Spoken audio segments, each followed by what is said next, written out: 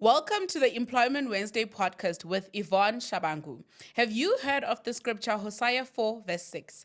My people perish because of the lack of knowledge. The same applies to your career. When you don't know what to do, when to do it, and how to do it, you are likely to make wrong career choices. But worry not. Employment Wednesdays is here for you to offer you all the answers relating to your career and offer you strategies to develop your career.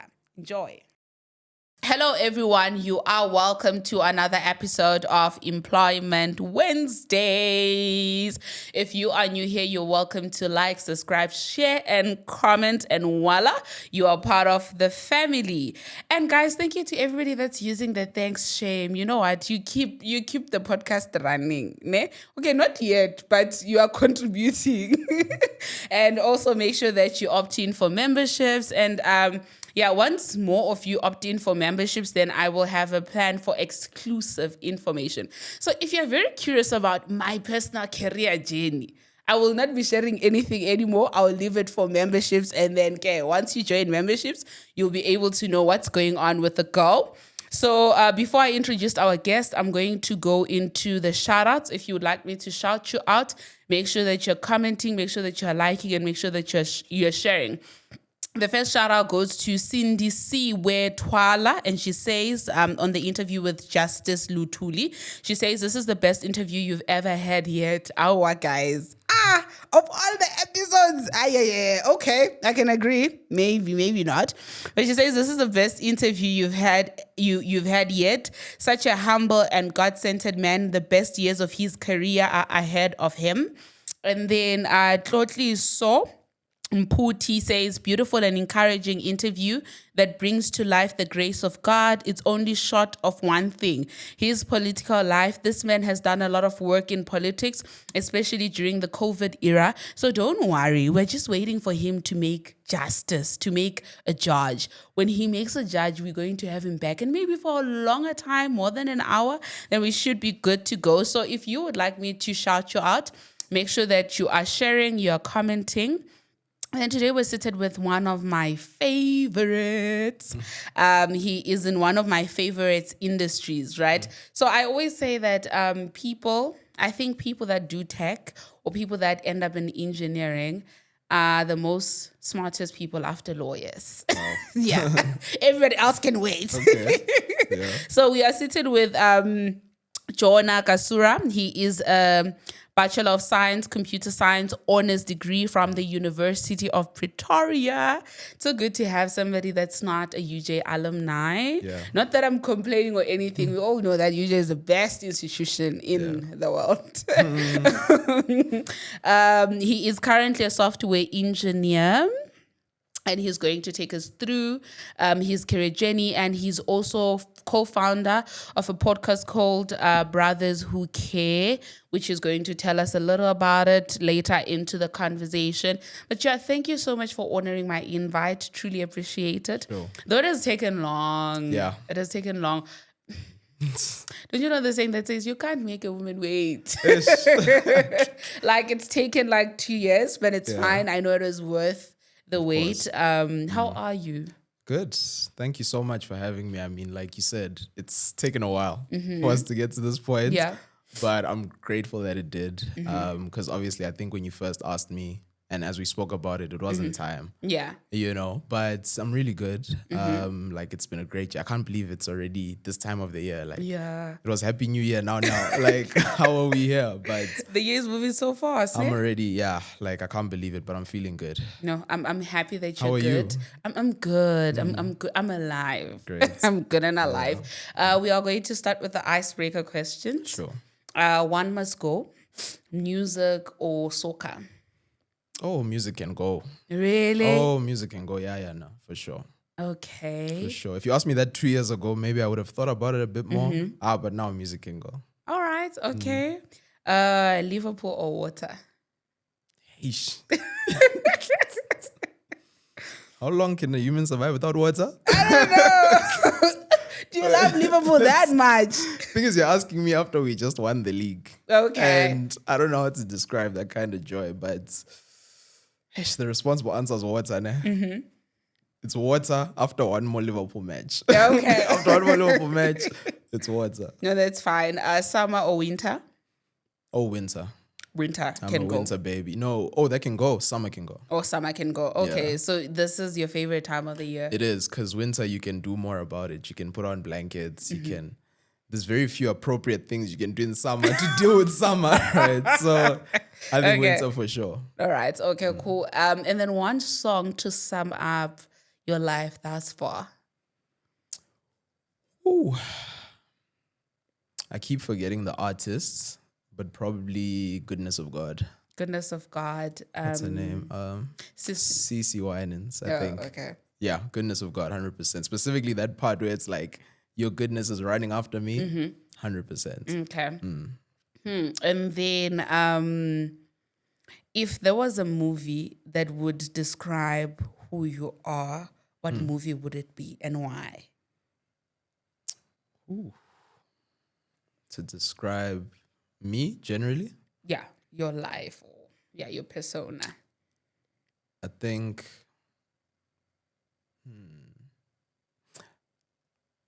probably The Pursuit of Happiness. Oh, okay. Will Smith. Yes. I'd say that because, when it starts, it's still like, slow and it's like, okay, what's the point? Some people might even be like, it's a bit boring. But at the end, it's so deep and it's like, oh, is that what that meant? Yeah. I think Pursuit of Happiness, because I think in my life, a lot of times it's been like, oh, all those years ago, that's why you're like that. Okay. That's why you thought like that. So Pursuit of Happiness. I love how they get to the point. Okay, last one. Which drink describes your personality? I want to say water, but maybe flavored water. Can I say flavored water? Okay, I mean, we'll go with the first one, water. Why would you say water? I'd say consistent. I think regardless of where you get the water from, it's very, because there's some place where it's like, yeah, Coke from my homeland is better than Coke from here. Okay. Whereas water's water. It remains and water. I think I have a pretty consistent personality. Okay, that's beautiful. Then let's go into your childhood. Growing up as a child, what did you want to be and what was the inspiration? Growing up, wow. So this is always an interesting one because I think I've had phases of different dreams. You know what I mean? Like, my earliest memory of my future was, I think I was in grade 1. Okay. And it was one of those days, what do you want to be when you grow up? And all of us are there, pilot, airplane, what. And for me, it was a policeman. Why a policeman? At the time, I didn't know why. At the time, I think I probably saw a policeman. I saw his uniform. I'm like, I also want a cap or something. Like, But growing up, I think it's because I've always wanted to be helpful. Okay. Right. And I think I just looked up to policemen as well. I think I saw them in cartoons and stuff. And I was like, oh, wow. They're the ones who made sure people are safe. They're the ones who, when there was trouble, they called the police.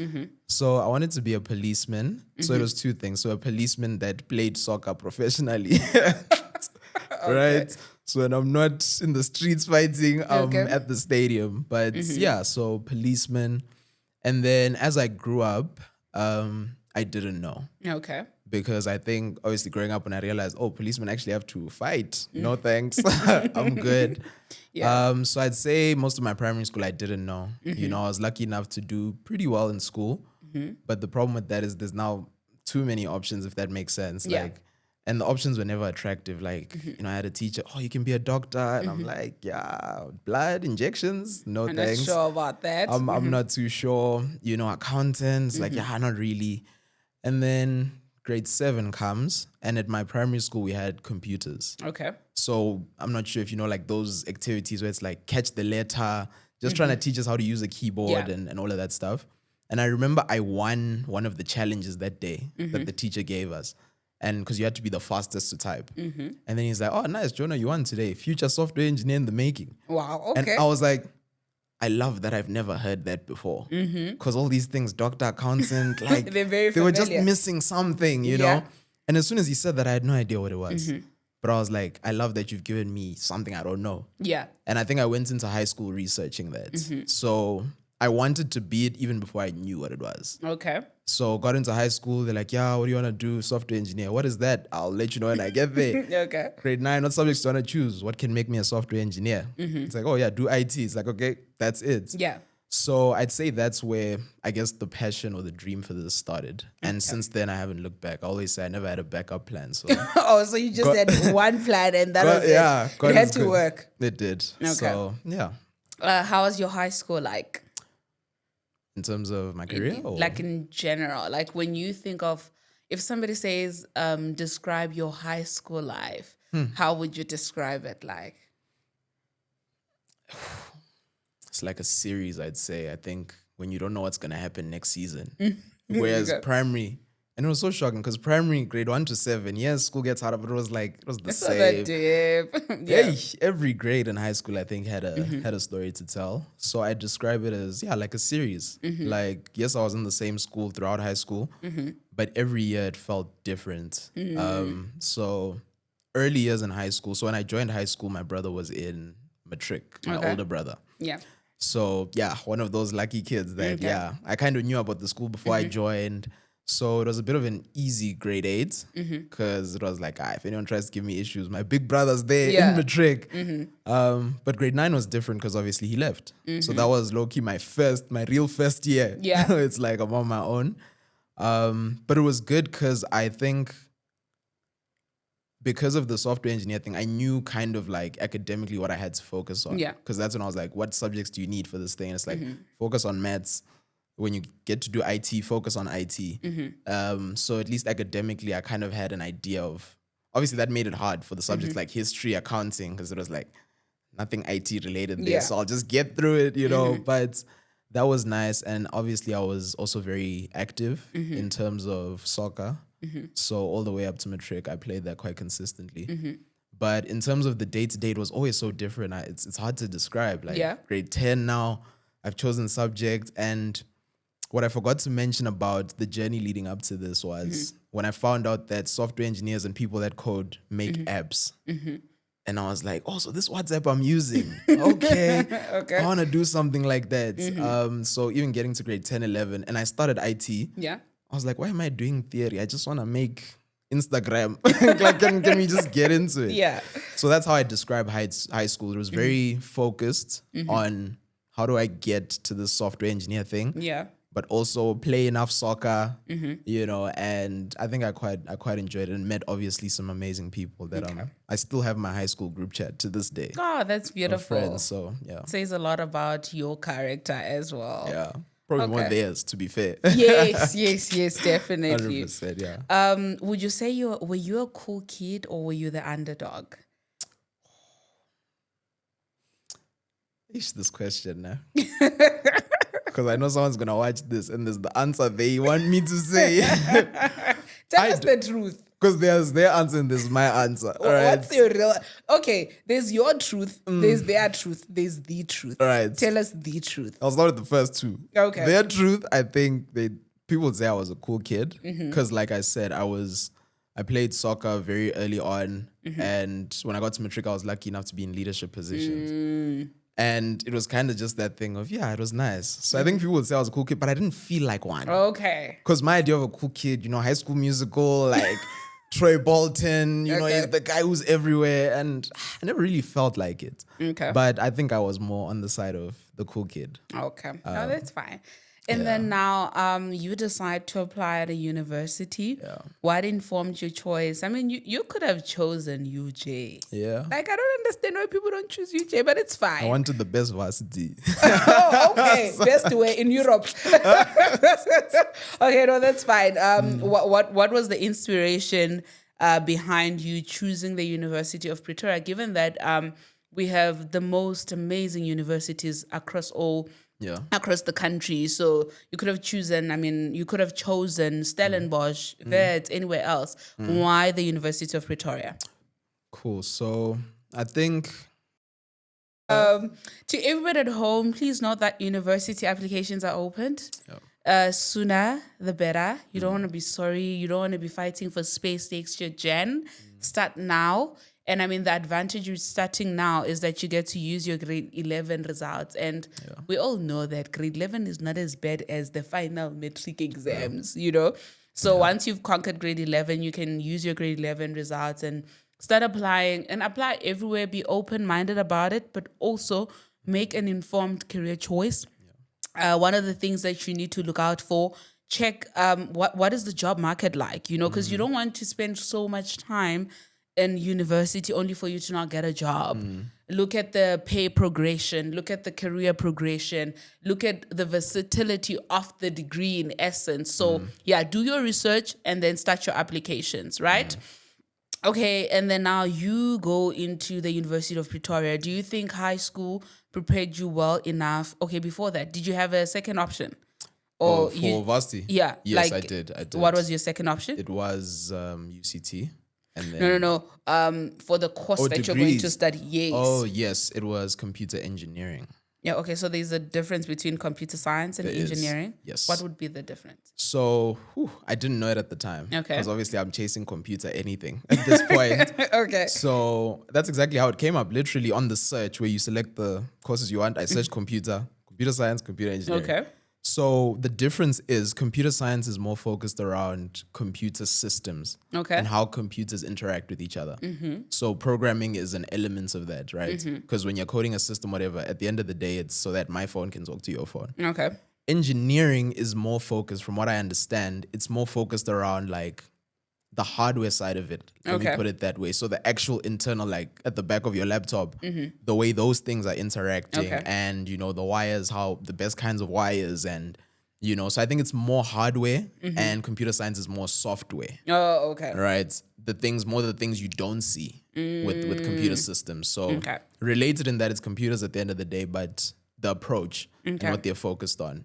Okay. Yeah, I always say I thank God I didn't get into computer engineering because I don't want to be the guy when your laptop stops working. Don't call me. I'm not the guy. But if WhatsApp crashes, you're the guy. And people have been getting hacked on WhatsApp and stuff, so we have to call you. Okay, there we go. Get that. So now you transition into the University of Pretoria. Yeah. Do you think high school prepared you enough for university? What was your transition like? Yeah. So the transition was not too bad, if I'm being honest. But I'll be honest in saying I don't think it prepared me enough. Okay. One, because remember I said I got into it because I wanted to make apps. The truth is I wanted to make apps, right? I wanted to make Instagram, WhatsApp, all of the above. But when I started, I realized computer science is a lot more than that, hey? Yeah. I'm like, why is there all this maths here? Okay. Right? So it didn't prepare me in that I think I had the wrong expectations firstly. Okay. Right? It prepared me well in that IT exposed me to coding to start with. But in terms of the nature of how it's presented in varsity, how they start linking to industry sometimes, and being tech changes so much. Yeah. So I think it's also a degree you could have never been fully prepared for. It's kind of like you're prepared when you get there. Yeah.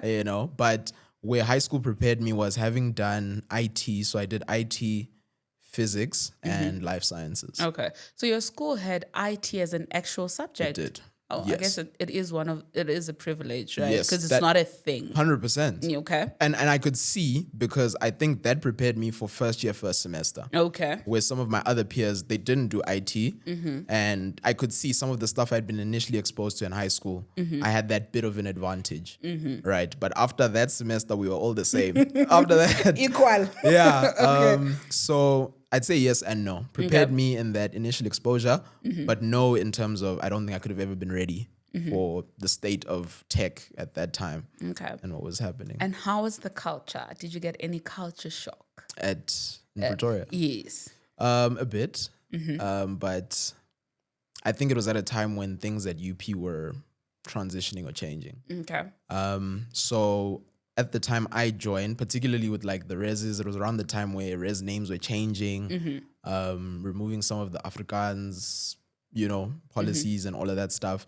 So it wasn't too much of a shock, but there was an initial shock because not everything had changed. And I wasn't used to having grown up in Joburg. I thought, cities are cities, it's the same province. But as with any city, it was a bit different. I think Pretoria is a bit more lively. You think so? Okay. I think so. Than I was used to. And I don't know Joburg too well, but from what I had been used to, I think it was a bit different. Okay. But to be fair, when I went a month later, lockdown hits. Okay. So the month I saw, yes, initially a shock, but after that I was right back home. Okay. Yeah. And how is it, given that a year later COVID-19 hits, right? Yeah.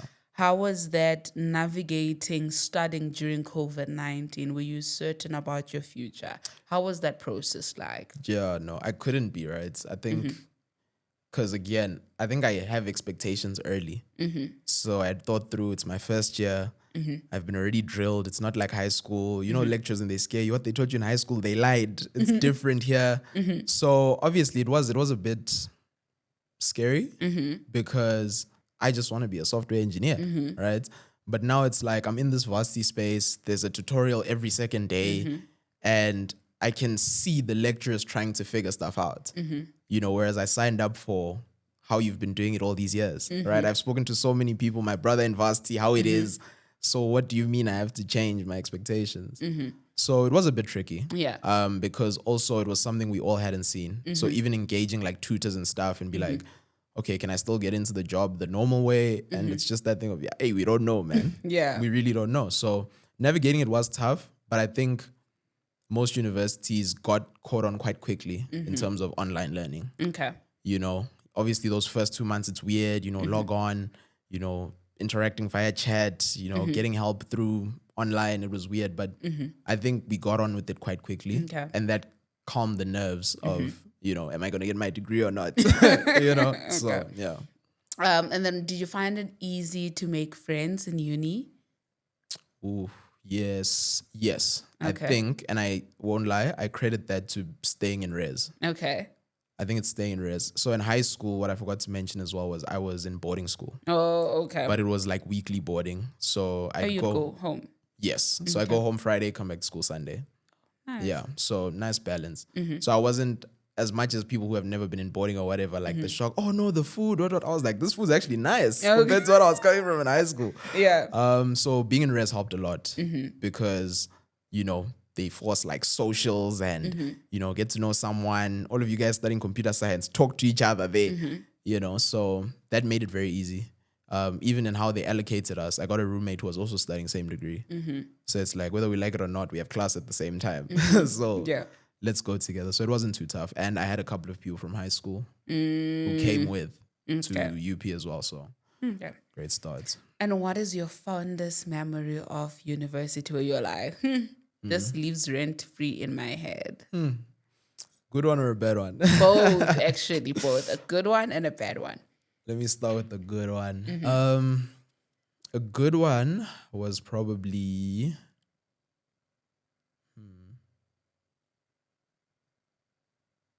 getting into, I was proud of that, yeah.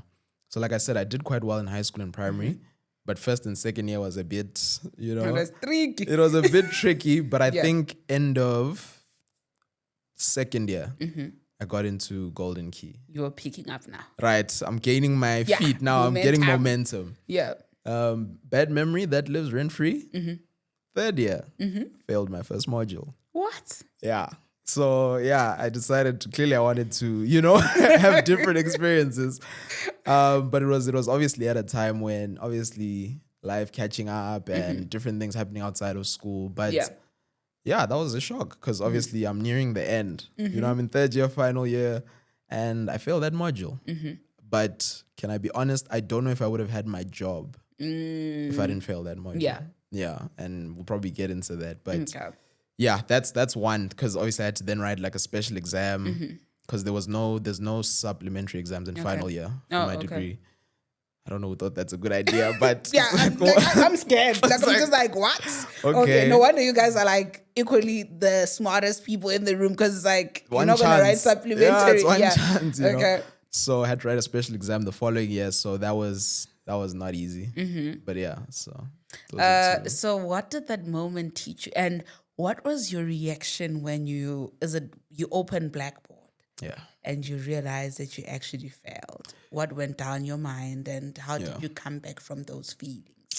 So, I'll be honest, I don't know if this was good or bad, but I was failing in stages. I wasn't shocked by the fail. Let's put it, let's be clear. Wait a minute. You're failing in stages. Yes. Stage one. Stage one, I failed practical one. Right? So I think I'm grateful. I didn't just wake up one day and like, what? What do you mean I failed? I failed the first practical. I failed the second one. Okay. Because it was a module where it was a practical that was split up. Okay. So it's like a big project split into like 4 practicals. Okay. So if you fail the first one, you're going to have a tough time in the second one because you need stuff from the first one. Yeah. So it was kind of like I was failing gradually, right? Because what's interesting is by the time I wrote the exam, I did really well in the exam. Okay. But it wasn't enough. And I think that gave me some comfort because in the moment it was tough. And I also attributed to, like I said, there was stuff happening outside of school in my personal life that were, a bit difficult to navigate. And I'm glad I didn't force myself to just put my head down and get on with it because I needed the time, to just put the brakes on it, take it easy. So I felt good when the exam came. I was failing badly because the exam, I think I got like 82%. Wow, okay. That was not enough, right? Wow, wait. So the exam doesn't even contribute that much compared to the projects and stuff? No, because this was the kind of module, what do they call it? Continuous assessment, I think. It wasn't the 50-50 that we're all used to. Okay. So it was a thing of the exam, out of 100, the exam is worth 30 of the 100 of your final mark. Okay. And then the project contributes like 70. Oh, I see. So I'd done so badly in the project that I needed like 95% or something in the exam, Okay. and I fell short on it. So I'm grateful that I got that because it showed me I didn't fail because I don't know the work. It was also just a matter of, okay, at the time I didn't know the work, but I gave myself that grace, like the circumstance. So it was less hard to accept. There was hope I could have passed, but it was a stretch. So yeah. What did you learn from that season of your life? That it's okay to hit the brakes, right? Because some people have asked me before, do you regret taking it easy? Do you regret skipping the classes you did because you just needed time to deal with what was happening? I don't. And it taught me that you might have a plan. You might have like ideas in like when you want to finish this, how you want to finish it, no matter what. And it's like, you don't always have to be a no matter what. It's okay to hit the brakes because I think that did more for me, right? Because I'm worried about what it could have been if I was like, let me ignore what's happening in my personal life. I need to get this degree. Yeah. I think for me personally, it might have been a worse outcome. Who knows? I could have failed more modules in the second semester, so. Okay. And then now you get done. How do we then decide? I mean, you were dribbled in final year and then you decide to go into your honors. Yeah. Where did that courage or that boldness come from?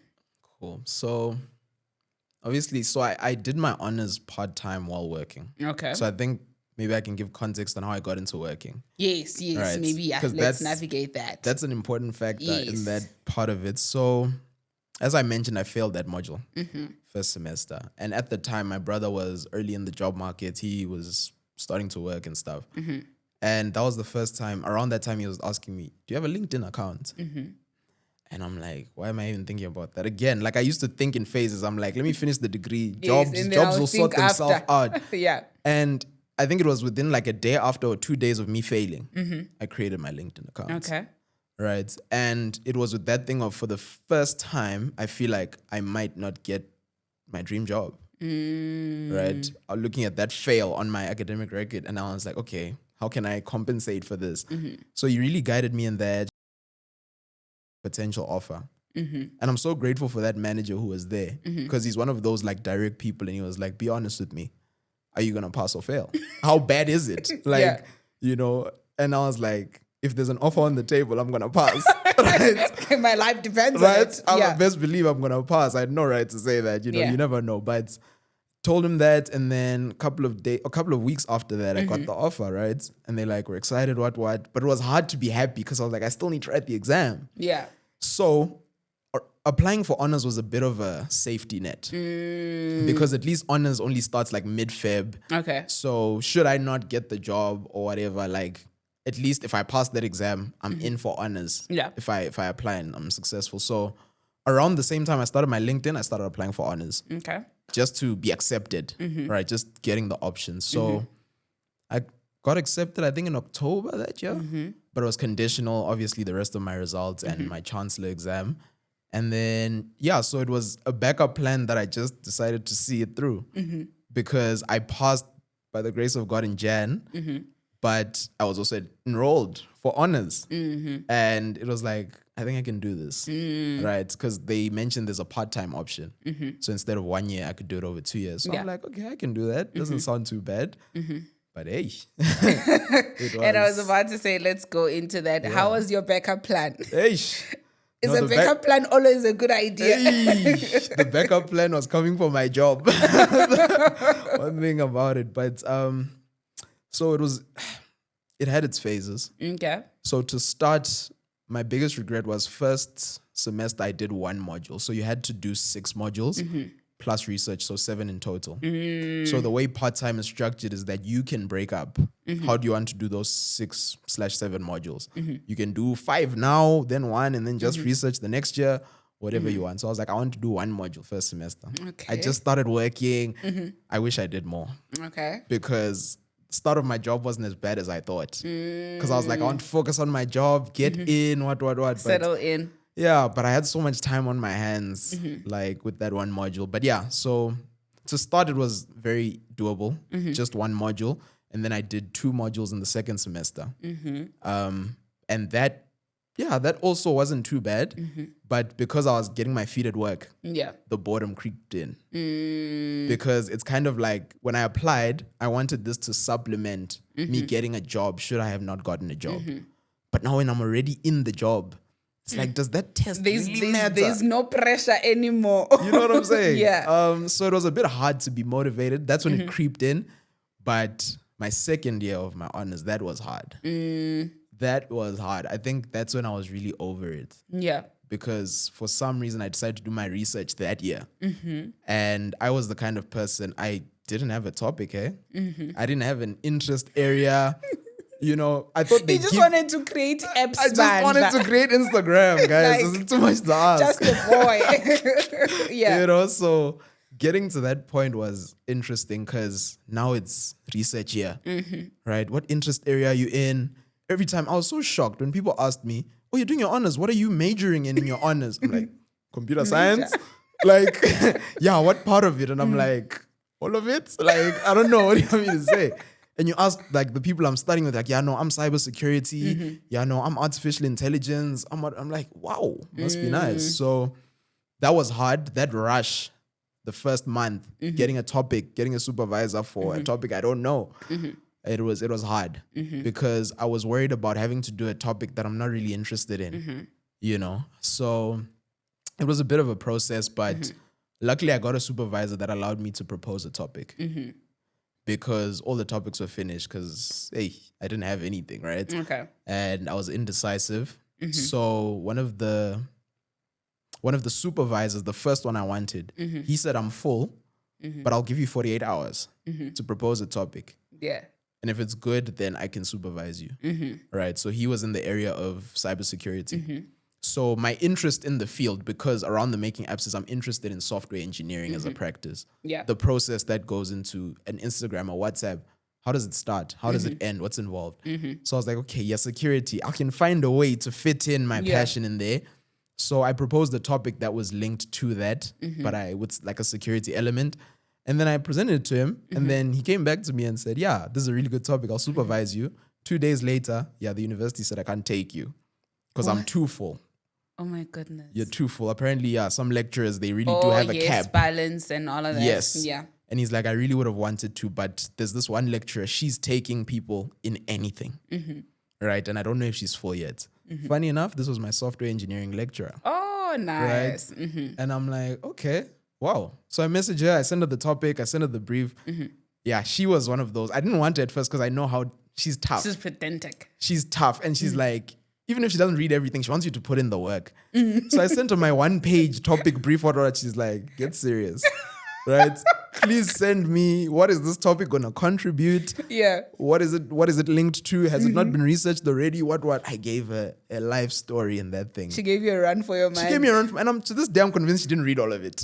I'm convinced. I think she was also trying to test, do you work? Yes. Are you willing work to? ethic. Do you know what you're talking about? Exactly. Yeah. So that I'm grateful to that because remember that motivation I said got lost? Yeah. she low-key reignited it because I was like, even when I don't feel like it, I know I'll have to justify everything that I sent to this woman. But luckily got a supervisor, but that year was, it was hectic, eh? Yeah. Because even at work, I'd found my feet, but naturally responsibilities creeping in at work. You know, now I'm not the new guy anymore, right? Now it's like, okay, let's see what you've got. Everybody's not trying to help you now. Right, You're delegating also. Exactly. Let's see what you've got. So that's why I wish I did more modules in the first year, because the second year at work really needed more of my time. Yeah. So it was hard to do the balance, but hey, here we are. Do you think university prepared you well enough for the workplace?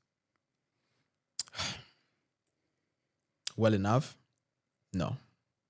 Okay, let me remove this enough word. Yeah. Do you think university prepared you for the workplace? If it did, to what extent? If it did not, what do you think are some of the things that you would have appreciated knowing before going into the workplace? So I think, again, the same way I had the wrong expectations coming from high school into the computer science degree is the same way I had the wrong expectations of the computer science degree and the software engineering career. Yeah. Because for context, and I'll answer the question, for context, to my surprise, I saw that not everyone I'm working with studied computer science. Okay. Right? And some people are coming from all kinds of engineering, but were in the same job. And I was like, how does that work? And I only learned recently, funny enough, computer science, it wasn't a one-to-one relationship, right? Because remember, I said computer science is computer systems as a whole. So that's your networking, that's computer security. This guy just wants to make apps, right? Yeah. So did it prepare me? Yes, it did, but only for a part of it. And I think it's no wonder that so many companies have like a training program for the first few months. It's very common in this industry that the first 2 months, 3 months, it's really like a training, like find your feet and whatever. And it's to fill the gaps, right? Yes, I had 2 or 3 modules where I was coding, but you've never coded what they call enterprise software. Yeah. And that's your, large scale systems. When I am Mr. Instagram, all you've made is a practical where you've made this button open this page, right? Have you worked with banking systems? Do you know what to consider for that? Yeah. And I couldn't get that. I didn't get that from Varsity. So I think Varsity prepared me, again, what IT did for me in exposing me. Yeah. To, do you know that when computers interact, that yes, you've got this app, but for me to send a message to this person, there's a certain networking communication that's happening. Yes, you might not do that in your job, but are you aware? Yeah. And are you aware that that can impact performance? Those days people say WhatsApp is down, right? That has nothing to do with your coding skill. That's now a networking thing, for example. So it prepared me because it exposed me to things that impact the computer world, but that I won't necessarily be working with directly. But in terms of the job, I'd say the training from the workplace, it did a lot more for me. Yeah. In terms of that exposure to like enterprise level systems and stuff like that. Yeah. What does your day look like as a software engineer? What do you do? What time do you wake up? Yeah. How does it look like? Depends which day. Do you guys even wake up? Because you guys wake from wherever. Let me free my people. People think we just wear hoodies, wake up at 1. Like you work at 2 a.m. in the morning. So it depends on the day. Look, what you'll hear a lot of people in software say is it depends. Okay. Right? But it really does. But a typical normal day. So I think it depends on the client as well. Sure. So I'm based at a client where it's more corporate. Okay. So it's more your corporate culture of, get in at 8, get in at 9. That's around the day it starts, 9 to 5, you're typical. But from the nature of the work we do, we are trained to be adaptable, right? If you're working on a health system, guess what? You need to adapt to health practices. If they work 7 to 7, guess what? You're working 7 to 7. So you have to adapt. But in my context, the more corporate structure, it's more to the corporate standard. But in terms of my company where I work, it's that thing of a hybrid. So our core hours are 9 to 3. Okay. Right. The contract still says an 8-hour day, But that's where, it looks like we're chilling because it's like 9 to 3, you need to be available for meetings, calls, or whatever. But how you make up the rest of the hours, that's on you. Yeah. If you want to wake up 5 a.m., if you want to finish off 8 p.m. until midnight, that's on you. Yeah. And I think that's the flexibility we get to enjoy a bit. So waking up, it depends if you're more a morning person or evening person. I'm more morning. So I generally start my day mostly 5 a.m. Okay. because I don't like starting my day onto the laptop. Oh, okay. Like take a walk in the morning and, Bible study, whatever it needs to be. Just being a human before I get to the computer a bit. Okay. Yeah. All right. So what do you guys generally do? Like if you're saying, I'm working, please call me later. What are you working on? Because I can say I'm drafting, I'm doing research, I'm reading case law. Yeah. When you're telling us you're unavailable, what are you doing at work? Hey, I'm figuring it out. Trying to look busy. So again, obviously being in the solution space, Okay. we are trusted to translate visions, Okay. right? So obviously when it comes to apps and systems, visionaries just know what they want to achieve. Okay. They don't really care about the how, right? I want a system that can do this and all of this and whatever. And we have to translate it to practically what does that look like in code, right? What do I need to program for the computer to understand that you need to do this? So what we're doing is figuring it out. Okay. I like to say probably 10% of my job is actual coding. Okay. Like putting new code on the screen. 90% is, okay, all this business terminology, what does that mean, right? Yes, I understand. There's this common analogy they use of a client describes a product, right? A client just wants a car, but they describe it like a Ferrari, Okay. right? They describe it like a Ferrari. I want something, I don't know how to describe it, that takes me from here to here, right? It must be able to do it quicker than my legs, Okay. right? It must, be able to take more than just me. Yeah. And what the analogy concludes is that the way he described it, it looks like a Ferrari, but it's actually a 4x4. Okay.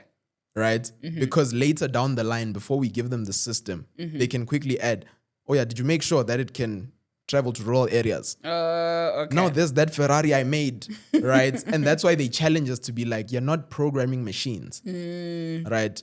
You need to be able to reason and translate and say, okay, I hear what you're saying, but have you considered rural areas? Okay. Right? Have you considered the terrain that you want this thing to work? And that's the engineering side of it. Okay. That's why they're very specific. We're not software programmers. Okay. Because when it comes to coding, as you can see online, you can learn coding in 30 minutes, right? And get into it. Yeah. But what you can't teach is that problem solving, being able to speak to someone and be like, I know you're talking about this thing. And I But know you this is think what it's you a actually Ferrari. need. But what you actually want is a 4x4. Yeah. And they appreciate that a lot more. And which is why the skill of not just, that's why I'm always, if when people say, you guys are antisocial, what, we need to know how to speak to people. Yeah. Right? Because that person appreciates more when you bring the 4x4 and it's like, I didn't know exactly that's what I needed, but that has more value. Yeah. Right? And that's the skill of like soft skills, problem solving, learning to take yourself out of the thing to be like, if I was a user of this product of some kind, what would I appreciate? So that's what we're trying to do. And it's conversations with, we have designers, we have business analysts. So it's literally getting information to be like, I'm working in accounting. This trial balance thing, what's the value of it? Yeah. Right? Why would a user need it to work in this way? And then translating that to computer language to be like, okay, now that I fully understand the context. Right? So, yeah. What's the toughest thing about your job? When the code doesn't run. What does that even mean? Does the whole country stop? Yeah. So the toughest thing, right, is I'd say two things. First one is, so the way it works when you program something, right, to test it out, you need to run it and see what it's doing, right? And my fellow developers and engineers will relate that there's days where when you go to sleep, it's working perfectly. And you wake up tomorrow morning, you haven't touched anything, right? But remember what I said about the value of computer science. It might not be a problem with my code, but there's a networking challenge, right? And if I'm so fixated on that page of code that I wrote or that screen, right? I can miss the problem. And now I'm changing something that still works. Yeah.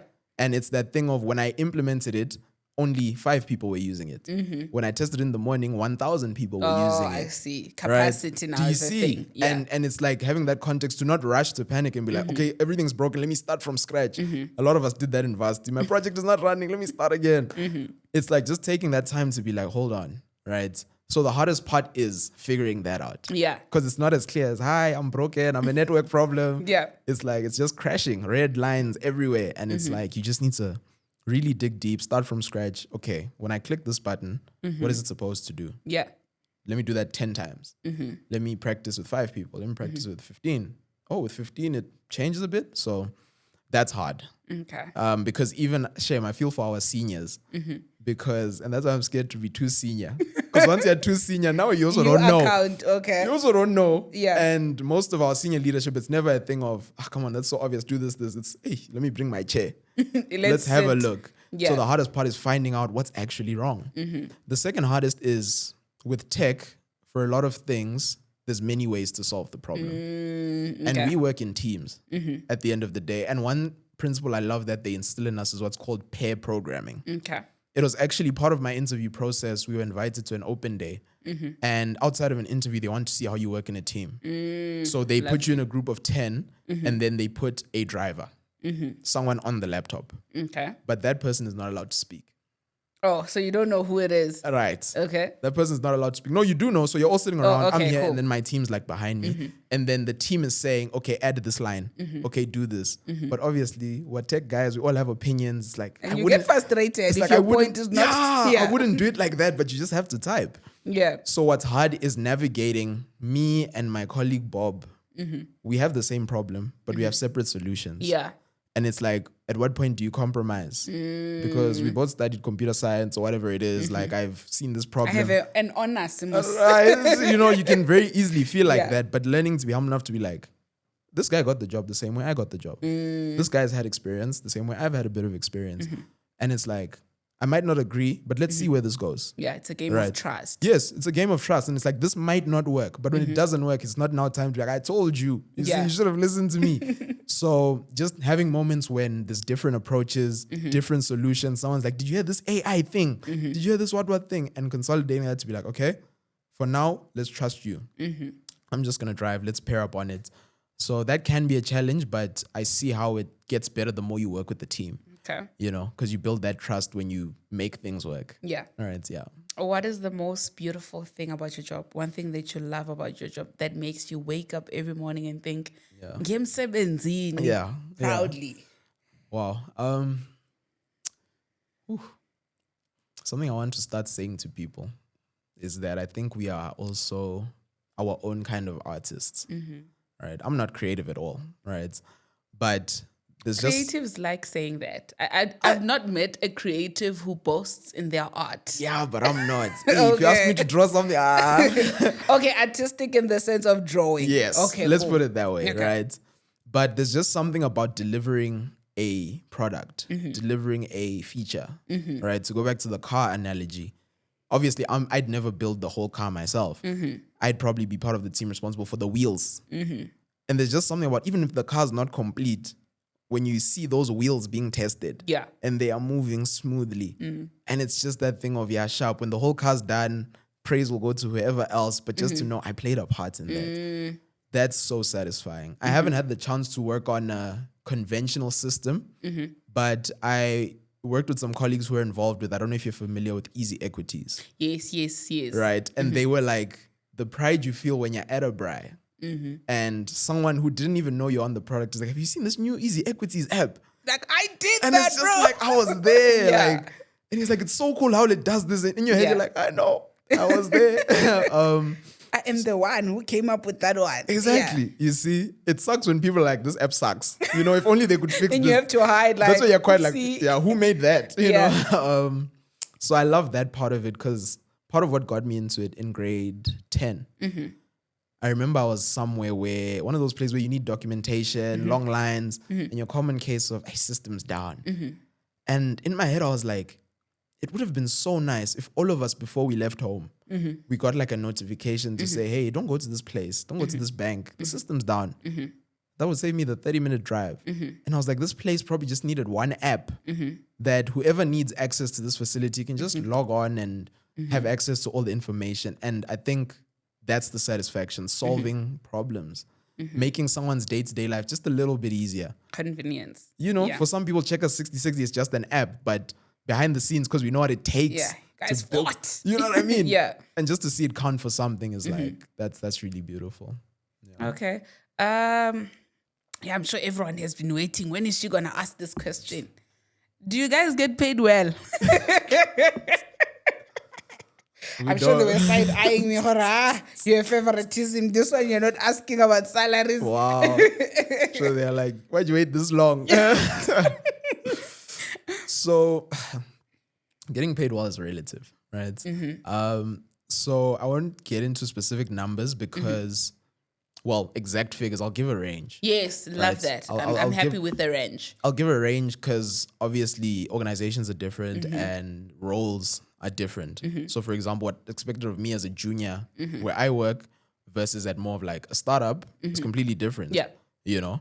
So I'd say as a range from what I've heard, especially with friends that are in similar industries, generally starting, you're looking at between, I'd say 15 to 25. Okay, monthly. Right, monthly as take home. Okay. All right, so after tax. Okay, cool. So you're looking at 15 to 25, depending on some companies, it's more of an internship 1 year, only then you're permanent.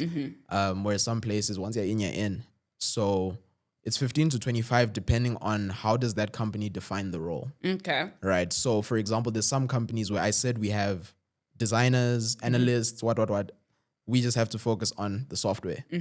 Some jobs, they aren't analysts and whatever. And when you're a software engineer, you are the software everything. You are everything, yes. Okay. And obviously there, you're on the upper end of the spectrum trying to, figure everything out. So I'd say 15 to 25 starting out. And then incrementally, the increases, the higher up you go, right? There's some places, like I said, this is average. There are some places I've heard that take home starting out is even, 30, maybe even 35. Okay. Right. And what that is true is, for example, there's certain areas where the standard of living is higher. So I know in Cape Town, the range is on the upper scale, for example, where you could probably say 30 is the minimum, right? Starting out, 30 is minimum going up to your 40 even. So I'd say, 15 to 25, but more common, probably 20 to 30. Okay. 20 to 30, that's your base. Okay. Yeah. Makes sense. Happiness, guys. We are going to go to school, study computer science, computer engineering. Okay, thank you so much for answering that. I'm sure somebody at home would be inspired to go into the course, right? And thank you so much for honoring my invite. Time went by so fast. Before we close off, what is that one book you would recommend? What is that one skill you think every person must learn? What is the season of your life? One book I'd recommend. I'm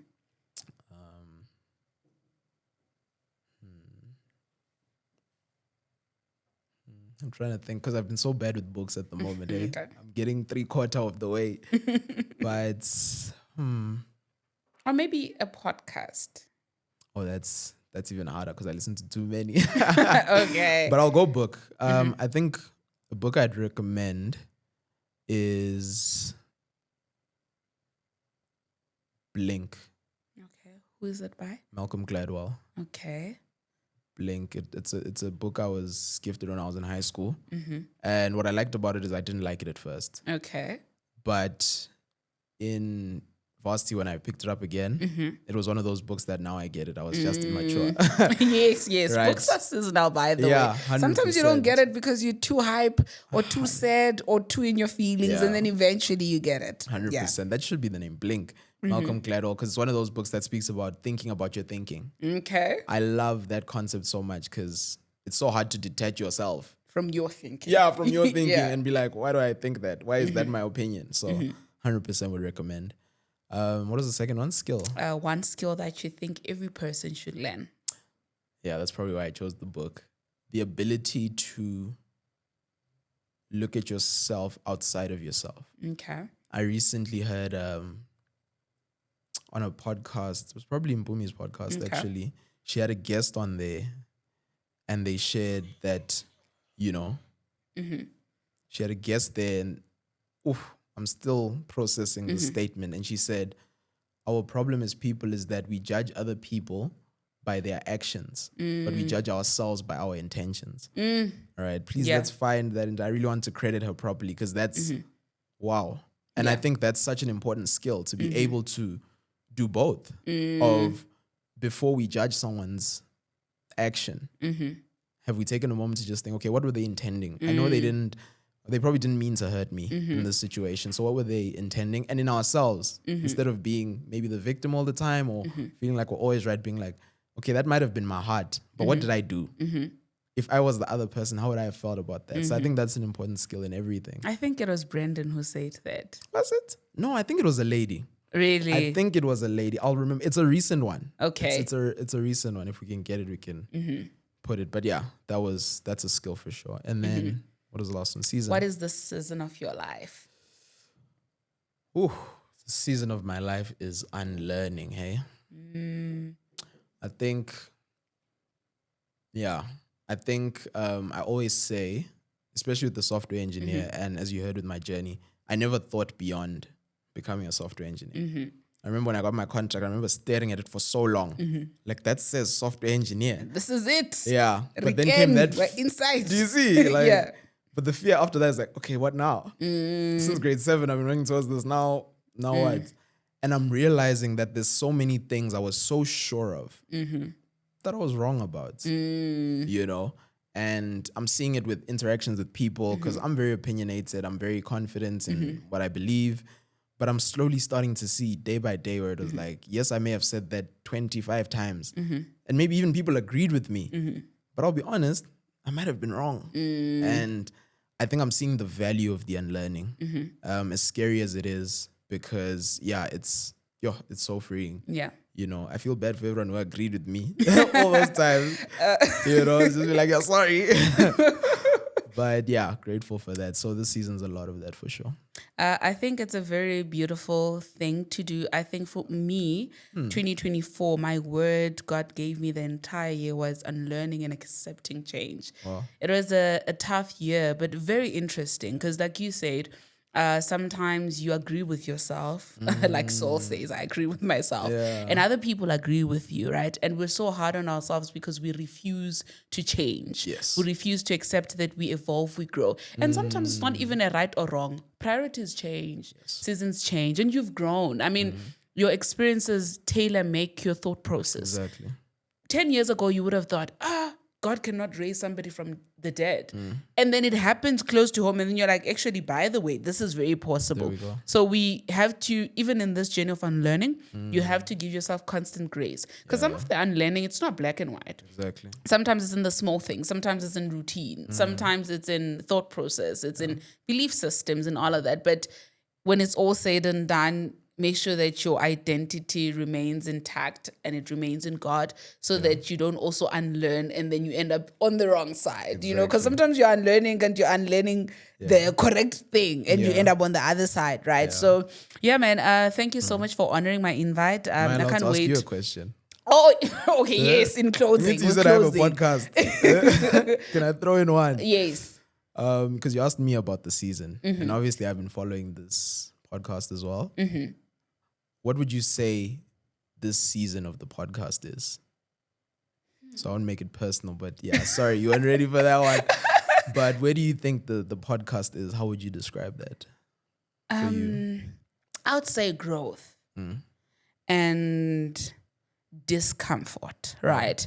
Because I feel like I've had access to particular guests because it is a bit easy. Yeah. But now my mind is growing beyond what's close to range. Wow. So now I've started thinking beyond, I can easily text Ndibu and ask Ndibu to ask a friend to come through. For sure. Now I'm going through a process of, I need to sit, evaluate this person's profile, and see if there's anything valuable. Wow. Oh, I'm afraid of this person, but I have to go knock at their office, tell them why they should come on my seat, and tell them why it's important that everybody else hears their journey. Yeah. So I think it's expanding and it's growth and discomfort. Oh, that's good. Are you happy? As if you're prepared. I feel like you're prepared for No, that. I'm always on business. No. Thank you so much for honoring my invite. To everybody at home, thank you so much for watching. Happy Employment Wednesdays, love and light. Do not forget to use the thanks option. And guys, do recommend guests. The guest coming after this was actually a recommendation by one of you. So I do consider your thought process as long as the person is within reach. Okay, even if they're not within reach, somebody said I should go invite a magistrate and judges of the Concord. That's how much you guys are believing in me. So recommend. I'll do my level best to bring in your faves and people that we can learn from. Don't forget to like, subscribe, share, and comment. And voila, you're part of the Employment Wednesday family.